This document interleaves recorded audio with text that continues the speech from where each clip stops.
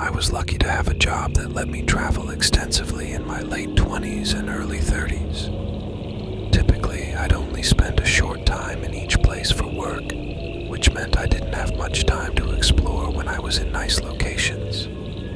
However, there was one week when I had a job in Pennsylvania that ended a day earlier than expected. Although I finished early, I still had to stay an extra day before my flight. Since I rarely had the opportunity to go out and explore, I thought it would be wise to make the most of this extra time. I settled on hiking a long trail that meandered through some beautiful forests and scenic landscapes. I've always had a deep appreciation for nature, but my job often confined me indoors or in airplanes. This excursion presented a perfect opportunity to soak in the pleasant weather and breathtaking scenery. I woke up bright and early, but I realized I hadn't packed any hiking gear, so I headed to the store to grab some essentials. The trail was approximately an hour's drive from my hotel, and I arrived just before noon. To my delight, it seemed like I was the only one there. According to the information I found online, the trail would take about 6 hours round trip, so I knew I was in for a full-day adventure. Armed with a small backpack containing a water bottle and some snacks, I eagerly set off down the trail. The first hour of my hike was truly serene. Being alone on a path surrounded by trees offered a peaceful escape from the stresses of work. However, as I continued walking, something unusual caught my attention. There was a man sitting on the ground beside the path ahead. He appeared to be asleep, his head drooping and a hoodie obscuring his face. When I got closer, he suddenly looked up, fixing a steady gaze on me as I passed by. I couldn't figure out his intentions, and his presence felt a bit unsettling. For the next few minutes, I found myself glancing back frequently as I made my way further along the trail. After a couple of hours of hiking, fatigue and hunger began to set in. I spotted a small log by the side of the path and decided to take a break to refuel. As I sat down and started munching on a snack, I couldn't shake off the memory of the man I had encountered earlier. Suddenly, I noticed him approaching from down the trail. Though he was still some distance away, I felt a sense of unease creeping over me. Quickly, I packed up my belongings and resumed my hike, hoping to avoid any potential interaction with him. Despite my efforts to avoid him, my plan soon fell apart. Just a few minutes later, I heard loud, running footsteps approaching from behind. Turning around, I saw the same man jogging toward me. Hoping he would simply pass by, I moved to the side of the trail. However, he stopped directly in front of me, causing my anxiety to spike. He was silent at first, then reached into his pocket and extended his hand, holding out a wallet. "I think you dropped this," he said. His sudden appearance and the unexpected gesture left me feeling extremely uneasy. The wallet he offered me was clearly not mine. I could see that it was completely empty as well. I informed him that he must be mistaken, as I hadn't brought my wallet with me on the hike. However, he insisted, claiming with certainty that it was my wallet and that I needed to take it back. His demeanor grew increasingly agitated, which unnerved me further.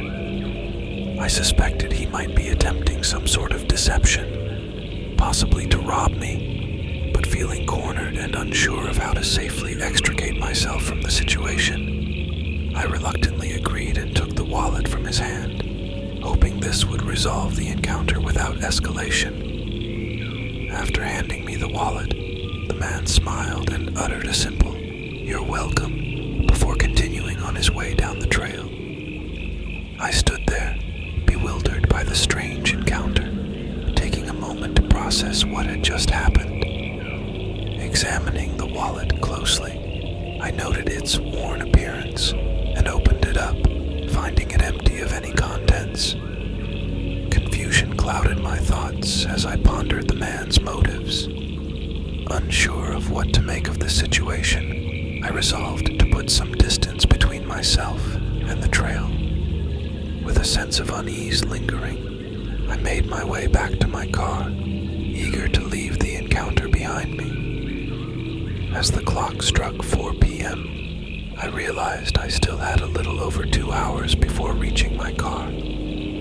Despite my efforts to enjoy the remainder of the hike, my mind was consumed with thoughts of the unsettling encounter earlier. Each passing moment seemed to amplify my unease, and I found myself constantly glancing over my shoulder, half expecting to see the mysterious man trailing behind me. Eventually, I spotted my car in the distance, the setting sun casting elongated shadows across the landscape. With a mixture of relief and apprehension, I made my way towards it, eager to put this strange ordeal behind me. As I approached my car, mere feet away, I noticed a shadow looming behind it, as if someone were crouched down. My heart skipped a beat as I froze in place, fixated on the silhouette next to my vehicle. Panic surged through me, but I knew fleeing would likely only worsen the situation. It dawned on me that the individual might be planning to steal my car, or worse. Gathering my wits, I decided to proceed cautiously. With trembling hands, I reached for my keys in silence and began inching towards the passenger side door, hoping to evade any potential confrontation. Swiftly, I unlocked the car and slipped inside through the passenger side door. As I did, I heard the distinct sound of someone springing to their feet and making a beeline for the driver's side door. Reacting instinctively, I locked the door just before he reached it. His futile attempts to open it met with resistance. Panic surged through me as he began pounding on the window, his shouts demanding the return of the wallet echoing in my ears. Ignoring his demands, I hastily maneuvered into the driver's seat and ignited the engine. Glancing over, I confirmed it was indeed the same man from earlier.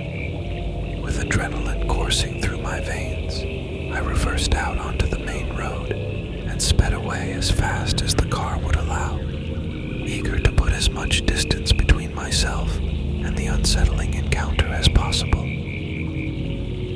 As I drove away, I watched in my rearview mirror as the man retreated back onto the trail and disappeared into the dense foliage. It seemed my impromptu strategy had succeeded, throwing him off guard by bypassing the driver's side door and granting me precious moments to secure myself inside the car. With a sense of relief washing over me, I continued my journey, intent on seeking assistance and ensuring my safety. Recalling a police station I had passed earlier, I made a beeline for it, determined to report the unsettling encounter. Upon arrival, I recounted the bizarre incident to the authorities, handing over the empty wallet as evidence. With the necessary steps taken, I finally made my way back to the hotel, grateful to put the harrowing ordeal behind me and return to the safety of my accommodations. That night, I felt compelled to share the bizarre encounter with one of my friends over the phone. Recounting the events helped me process the surreal experience, which left me grappling with lingering questions. It was evident that the man's intentions were malicious, whether it was robbery or car theft. However, the empty wallet he presented remained a perplexing aspect of the encounter, its purpose eluding me. Nevertheless, I found solace in the fact that I emerged from the ordeal unscathed and without any losses. Reflecting on the incident, I resolved to take precautions for future outings. From now on, I made it a habit to carry a small pocket knife whenever I ventured out for walks, Recognizing the unpredictability of such a situation